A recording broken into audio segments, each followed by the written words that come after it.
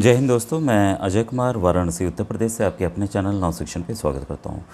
दोस्तों, हम सभी की ट्रेनिंग स्टार्ट हो गई है और आज हम लोग डेमो करेंगे कि कैसे हम असल में इसमें लॉगिन करना है और कैसे ऐप का हमें सही से इस्तेमाल करना है। तो सबसे पहले देखिए, आप प्ले स्टोर पे जाएंगे और प्ले स्टोर पे ये देखिए आपको यहाँ दिख जाएगा HLO ऐप। ठीक है, तो HLO ऐप को हमें यहाँ पर डाउनलोड करना है। ये देखिए मैं डाउनलोड कर रहा हूँ और ये इंस्टॉल हो जाएगा। ये ध्यान रखिएगा, ये अभी जो आपको दिख रहा होगा ये जो है ये ट्रेनिंग पर्पज़ से है। ठीक है, जो एक्चुअल ऐप है वो बाद में आएगा, तो उसको हम लोग देखेंगे। और लेकिन अभी जैसे एक डेमो आईडी हमें प्राप्त हो गई है और आपको पहले एक्चुअल आपको आईडी पासवर्ड मिल गया होगा, नहीं मिला होगा तो जहाँ ट्रेनिंग मिल रही है वहाँ पर संपर्क कर सकते हैं। तो जैसे यहाँ हम ओपन कर रहे हैं तो ये देखिए हमारा ट्रेनिंग ऐप है, HLO ऐप है जो कि स्टार्ट हो रहा है। सबसे पहले देखिए, सबसे पहले यहाँ जो पूछ रहा है हमें, ये पूछ रहा है यूज़र आईडी। ठीक है, अब देखिए यूज़र आईडी आपके उसमें आ गया होगा और यहाँ जैसा आप देख सकते हैं कि यूज़र आईडी यहाँ मेरा आ गया है और ये पासवर्ड यहाँ आ गया। तो सिक्योरिटी रीजंस की वजह से मैं ये दिखा नहीं सकता। ठीक है, और क्योंकि काफ़ी कॉन्फिडेंशियल चीज़ें हैं यहाँ पर, तो जैसे हम देखिए इसमें क्या करना है कि हमें यूज़र आईडी डाल देना है। ठीक है, और ये जो कैप्चा दिख रहा है यहाँ डाल के हमें रजिस्टर करना है। ये तो मैं एक्चुअल दिखा रहा हूँ, आइए एक PDF में देखते हैं उसको। देखिए अभी आपको ऐसे ही दिख रहा था, यहाँ पर देखिए आपका यूज़र आईडी आएगा। ठीक है, और ये जो कैप्चा है वो यहाँ पर आपको दिखना, अगर क्लियर ना हो तो ये यहाँ से वाले से आप इसको रिफ़्रेश भी कर सकते हैं। ठीक है, फिर यहाँ से हमें लॉगिन करना है। ठीक है, तो जैसे हम लॉगिन करेंगे, ये बहुत ही इंपॉर्टेंट स्टेप है और असली वाला ये तो मान लिया डमी है, लेकिन मैं कहूँगा कि ट्रेनिंग वाले में भी आप इसका ध्यान रखें। ठीक है, तो यहाँ पर देखिए जो मैसेज पहला फ्लैश कर रहा है कि you have selected language English.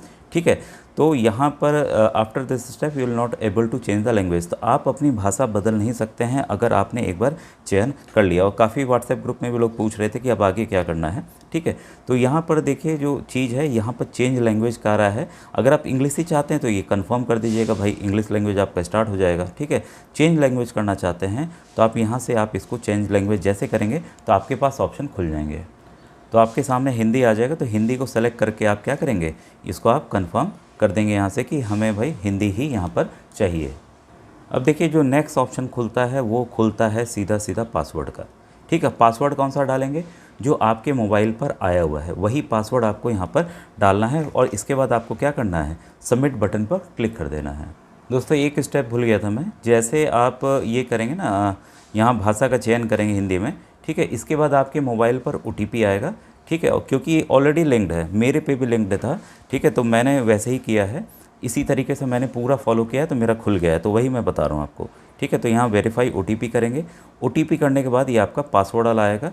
ठीक है, तो पासवर्ड जो आपको मोबाइल में मिला है वो आप इसको यहाँ पर डाल देंगे। ठीक है, फिर आप क्या करेंगे, जो 4 जो पिन है अपने आप से आप पिन जनरेट अपने मन से करेंगे। ये यहाँ पर बेशक एक बार दिखा रहा है लेकिन 2 बार पूछता है, फिर वहाँ पर सेट पिन हमारा हो जाता है नेक्स्ट बटन करते ही।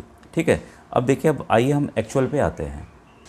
अब देखिए ये जो दिख रहा है ये एक्चुअल है, जब मैंने अपने मोबाइल में लॉगिन बना लिया, पिन भी दर्ज कर लिया, जो 4 डिजिट के पिन है। अब मैं यहाँ पर इसको डालने जा रहा हूँ। पिन डालते ही ये देखिए पेज मेरा खुल गया है। ठीक है, अब यहाँ ध्यान दीजिएगा, ये देखिए साफ साफ लिखा है ट्रेनिंग ऐप। क्या लिखा है, ट्रेनिंग ऐप, भारत की जनगणना 2027, लोकेशन विवरण, इसका आपको ध्यान देना है। ये देखिए डमी दिया गया, मेरा एक्चुअल नंबर कुछ और है, ये डमी दिया गया है, ये सभी चीज़ें डमी हैं। ठीक है, और यहाँ पर जो 3 निशान आपको 3 लाइंस दिख रही हैं, तो जैसे आप क्लिक करेंगे तो यहाँ तो अब ये डमी चल रहा है, अभी SEID डाउनलोड हुई तो यहाँ डाउनलोड होगी तो यहाँ दिखाएगा। ठीक है, कि जिन्होंने अपने आप से भरा होगा, बारे में पासवर्ड यहाँ बदलना, यहाँ बदल सकते हैं। और HLV मानचित्र, HLV मानचित्र के लिए आपके पास PDF रीडर आपके मोबाइल में होना चाहिए। आपको पता है कि एंड्रॉयड वर्जन 11 के ऊपर होगा और रैम 4 और आपकी इंटरनल मेमोरी भी ठीक ठाक होनी चाहिए, तभी काम हो पाएगा। ठीक है, तो HLV मानचित्र आप उसको देख सकेंगे अपने PDF व्यूअर से। सहायता के लिए यहाँ, लॉग आउट के लिए यहाँ, तो इसकी ज़रूरत नहीं पड़नी है हमें। अब यहाँ पर आइए, देखिए ये ध्यान दीजिएगा कि यहाँ दिया हुआ है नजरी नक्शे के अनुसार भवनों की अपेक्षित संख्या। देखिए अपेक्षित संख्या है, इसको आप एडिट कर सकते हैं।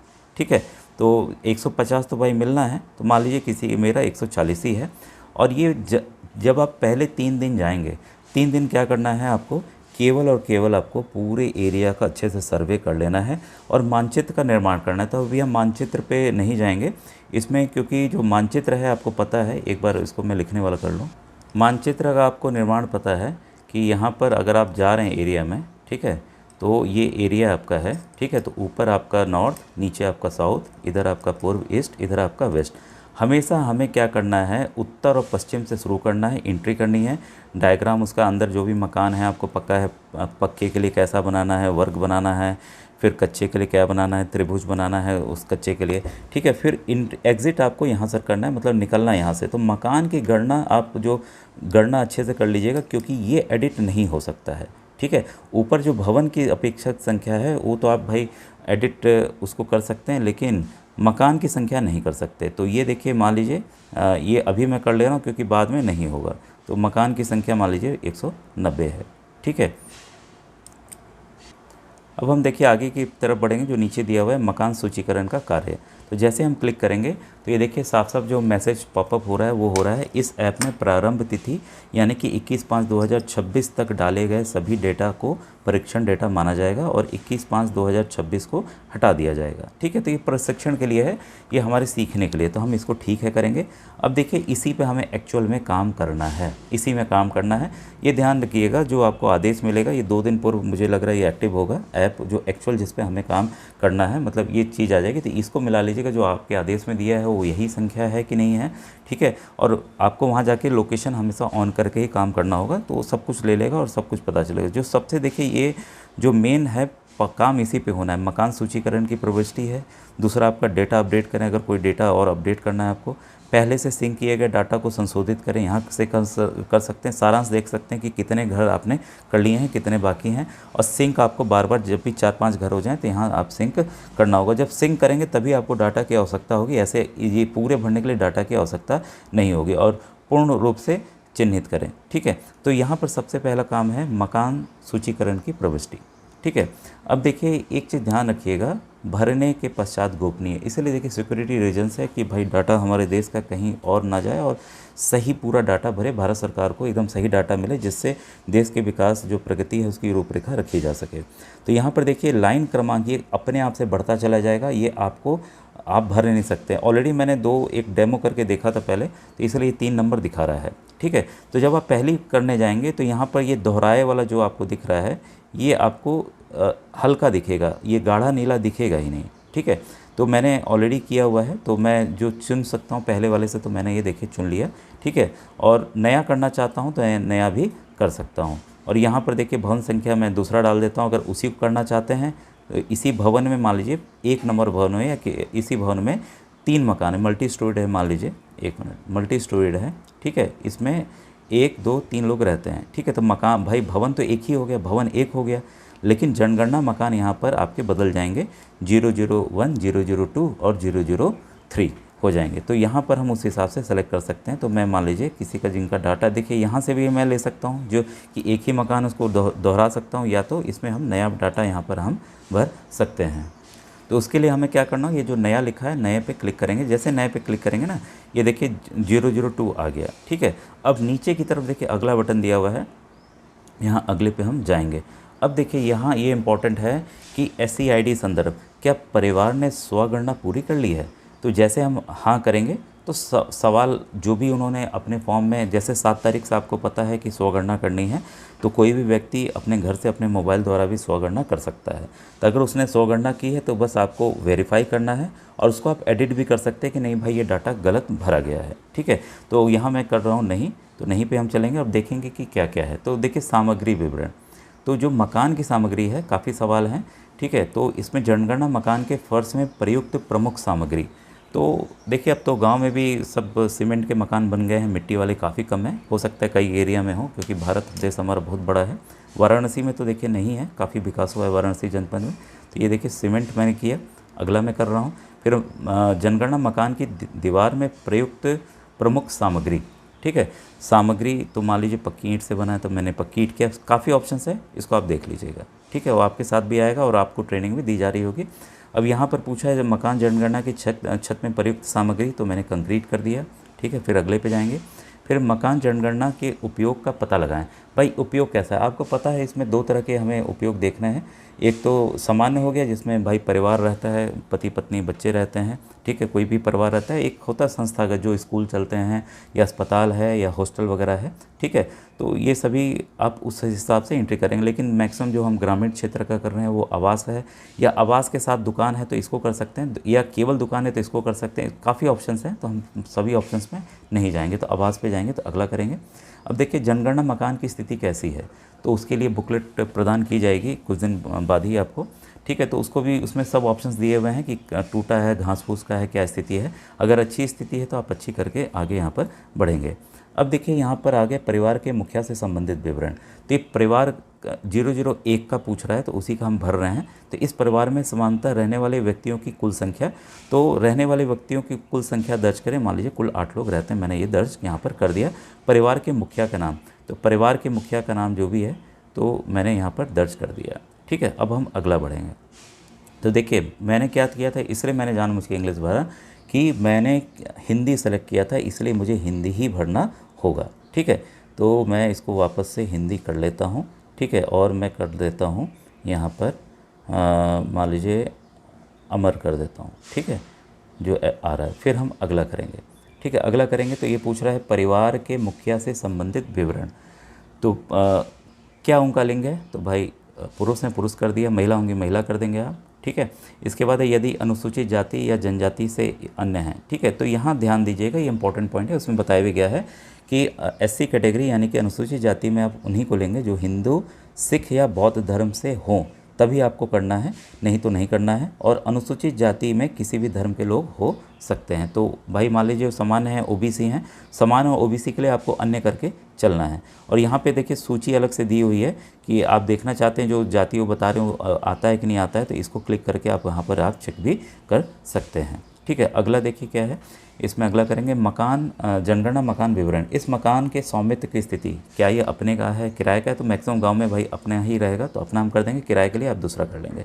देखिए बस हमें सेलेक्ट करना ये है कि सवाल ज़्यादा हैं, तो हमें अपना सवालों को पूछते जाना है और इसको भरते जाना है। देखिए रहने के लिए उपलब्ध कमरों की संख्या, तो जितने भी कमरे हों, और इसमें आप डिटेल पढ़े होंगे कि रसोई घर, स्नान घर जहाँ नहाते हैं, शौचालय है, कोठरी है, स्टोर रूम है, गलियारा है, बरामदा है, इसको हमें शामिल नहीं करना है। तो मान लीजिए कक्ष जो है हमने यहाँ पर 4 कर दिए। तो रहने वाले विवाहित दंपत्ति में देखिए पति पत्नी होनी चाहिए, तो कितने जोड़े हैं, जैसे मान लीजिए दादा दादी 1 जोड़ा, पति पत्नी 1 जोड़ा, तो 2 जोड़े रहते हैं, ठीक है। तो हमने 2 जोड़ा यहाँ पर कर दिया। अब हम अगला बढ़ रहे हैं, तो आसान है, बहुत कठिन नहीं है, ठीक है। पेयजल की प्रमुख स्रोत, भाई नल से आता है, कुएँ से आता है, हैंडपाइप से आता है, तो अधिकतर मान लीजिए हैंडपाइप से आता है, तो हमने हैंडपाइप कर दिया है, ठीक है। परिवार की उपलब्ध सुविधाएं क्या, तो देखिए पेयजल स्रोत कहाँ है, भाई घर में है कि घर के बाहर है, तो परिसर के अंदर मैं कर दे रहा हूँ, और आप दूर है तो दूर वाला भी सेलेक्ट कर सकते हैं। अब देखिए प्रकाश का मुख्य स्रोत, अब भाई बनारस में तो हर घर में बिजली है, तो मुझे बिजली ही करना है क्योंकि हर गांव में घर में बिजली आ गई है। शौचालय की सुलभता, देखिए केवल परिवार के लिए कि सामूहिक है, तो लगभग सभी जगह जो योजना है उसके तहत सभी घर परिवारों में इस समय टॉयलेट बन गया है, ठीक है। इसके बाद है शौचालय का प्रकार, तो ये देखिए फ्लश है या कैसा वाला है, पाइप सीवर पद्धति है या सेप्टिक टैंक है, तो कई जगह सेप्टिक टैंक होगा तो हम सेप्टिक टैंक कर लेते हैं, या गड्ढा वाला होगा गड्ढा, तो ये 4 ऑप्शन है, इससे आप सेलेक्ट कर सकते हैं। तो अगला पे हम जाते हैं, परिवार को उपलब्ध सुविधाएं, तो कैसी सुविधाएं उपलब्ध हैं, गंदे पानी की निकासी किससे जुड़ी हुई है, तो अधिकतर देखिए खुली नाली है गांव में, और कई शहर में तो ढकी है, तो हम खुली कर दे रहे हैं। तो अगला बढ़ रहे हैं, परिसर के अंदर स्नान सुविधा की उपलब्धता, हाँ स्नानगृह है, ठीक है। इसके बाद रसोई घर में एलपीजी कनेक्शन, तो एलपीजी गैस उपलब्ध है, सिलेंडर से खाना बनता है, ठीक है। काफ़ी ऑप्शन है, उसको आप देख लेंगे। नेक्स्ट करते हैं, खाना पकाने के लिए प्रयुक्त प्रमुख ईंधन क्या है, तो प्रमुख ईंधन क्या है, तो इसमें अब भाई सौर ऊर्जा है खाना पकाने के लिए, तो एलपीजी हमने सेलेक्ट किया था, फसल है, उपला से भी कई बार लोग खाना बनाते हैं, ठीक है। मिट्टी का तेल है। परिवार के उपलब्ध सुविधाएं क्या क्या हैं, तो हम कई जगह सोलर पैनल भी लग गया है, कई जगह गोबर गैस भी लगा है, तो हम एलपीजी सेलेक्ट करेंगे क्योंकि एलपीजी हमने किया था, ठीक है। अगला है फिर रेडियो ट्रांजिस्टर है, तो स्मार्टफोन मैक्सिमम घर में है, ठीक है, तो इसको हम यहाँ करेंगे। अगला बढ़ेंगे, टेलीविज़न है कि नहीं, ठीक है, डिश वाला है कि बिना वाला है, केबल कनेक्शन है, तो केबल कनेक्शन वाला हम कर देंगे क्योंकि गांव में भी केबल कनेक्शन हर जगह है। इंटरनेट सुविधा है कि नहीं है, तो मोबाइल स्मार्टफोन मैक्सिमम होगा, कंप्यूटर लैपटॉप कम होंगे, ठीक है। फिर है लैपटॉप कंप्यूटर है कि नहीं, तो मैं नहीं करके चल रहा हूँ यहाँ पर। टेलीविज़न और मोबाइल फ़ोन स्मार्टफोन, तो केवल ये लैंडलाइन है कि क्या है, तो केवल स्मार्टफोन है, तो यहाँ दूसरा ऑप्शन मैं कर दे रहा हूँ। ठीक है, साइकिल और स्कूटर मोटरसाइकिल वगैरह, तो साइकिल मोटरसाइकिल सभी कुछ है, तो मैं ये दोनों ही कर दे रहा हूँ, साइकिल भी है मोटरसाइकिल भी है, तो ये अगले पे चल रहा हूँ। फिर कार जीप है कि नहीं, तो नहीं कर दे रहा हूँ। ठीक है, इसके बाद परिवार द्वारा उपयोग किए जाने वाले मुख्य अनाज क्या है, तो चावल है, गेहूँ है। ठीक है, चावल है, गेहूँ है। ठीक है, तो मुख्य पूछ रहा है, तो मुख्यतः भाई वाराणसी जनपद में गेहूँ ज़्यादा लोग खाते हैं, दोपहर में चावल खाते हैं, तो गेहूँ में कर रहा हूँ। ठीक है, फिर मोबाइल नंबर, तो यहाँ पर केवल जनगणना संबंधी संपर्क के लिए है, तो उनको आप मोबाइल नंबर जो होगा वो पूछ लेंगे, तो मोबाइल नंबर मैं डाल दे रहा हूँ एक। ठीक है, तो 10 अंक आपको डालना ज़रूरी है। फिर हम यहाँ पर सबमिट कर रहे हैं। सबमिट करते ही देखिए उत्तर की पूरी समीक्षा आ जाएगी। ठीक है, और ये पूरा आप देख लेंगे कि जो आपने भरा है वो सही भरा है कि नहीं भरा है। ठीक है, इसको हम चेक कर ले रहे हैं, हाँ भाई हमने सब सही भरा है। अगर नहीं है तो यहाँ रद्द कर सकते हैं। ठीक है, रद्द करके वापस एडिट करते हैं, पुष्टि हम करेंगे, तो पुष्टि करने के बाद ये नेक्स्ट जो है वो खुल जाएगा। ठीक है, फिर से देखिए वही खुल जाएगा जो हम नया चाह रहे। देखिए लाइन क्रमांक 004 आ गया यहाँ पर। ठीक है, और अगर उसी में करना है तो दोहरा लेंगे, नहीं तो यहाँ पर हम देखिए दोहराने के लिए हमारे पास ऑप्शन खुलेगा। अगर दोहराना नहीं है तो यहाँ हम संख्या दर्ज, नया संख्या दर्ज कर सकते हैं। ठीक है, तो यहाँ हमने कर दिया 00, यहाँ पर आपका 4 कर दिया। ठीक है, मान लीजिए चौथा मकान है। ठीक है, जनगणना मकान संख्या उसी में है, तो उसको हम कर देंगे नया है, नया करेंगे तभी वो संख्या आएगी। तो ये तीसरा ऑटोमेटिक ले लेगा, क्योंकि हमने 2 ही तक किया था अभी। ठीक है, तीसरा आ गया, फिर अगला। तो ये प्रक्रिया देखिए ऐसे ही चलते रहेगी पूरी। तो मुझे उम्मीद है कि आप कैसे जो हमें अभी हाउस होल्ड सर्वे करना है उसको आपको पता चल गया होगा। अब आइए एक और चीज़ देखते हैं। अब देखिए इसमें हम मानचित्र वाला देखने जा रहे हैं, जो 3 लाइन्स है, इस पर हम क्लिक करते हैं। HLV मानचित्र को जैसे देखते हैं तो देखिए मेरे पास 2 ऑप्शन खोलने हैं, अभी मैंने इसको खोला भी नहीं था। ठीक है, तो ये अक्षांश देशांतर दिया, इसको मैं डाउनलोड करके देखता हूँ। देखिए क्या आप ब्लॉक ID 00 का मानचित्र डाउनलोड करना चाहते हैं, तो मैं यस कर रहा हूँ। ठीक है, तो डाउनलोड कंप्लीट हुआ है, तो इसको हम देखें भाई ये कैसे हमें दिखेगा। कि एक्चुअल में मानचित्र बना नहीं है, तो ये ऐसे ही मानचित्र हमें यहाँ से डाउनलोड करके काम को आगे बढ़ाना है। ठीक है, तो उम्मीद है आप पूरे मतलब संतुष्ट हो गए होंगे इस वीडियो से। ठीक है दोस्तों, अब वीडियो एंड करता हूँ। Thank you very much.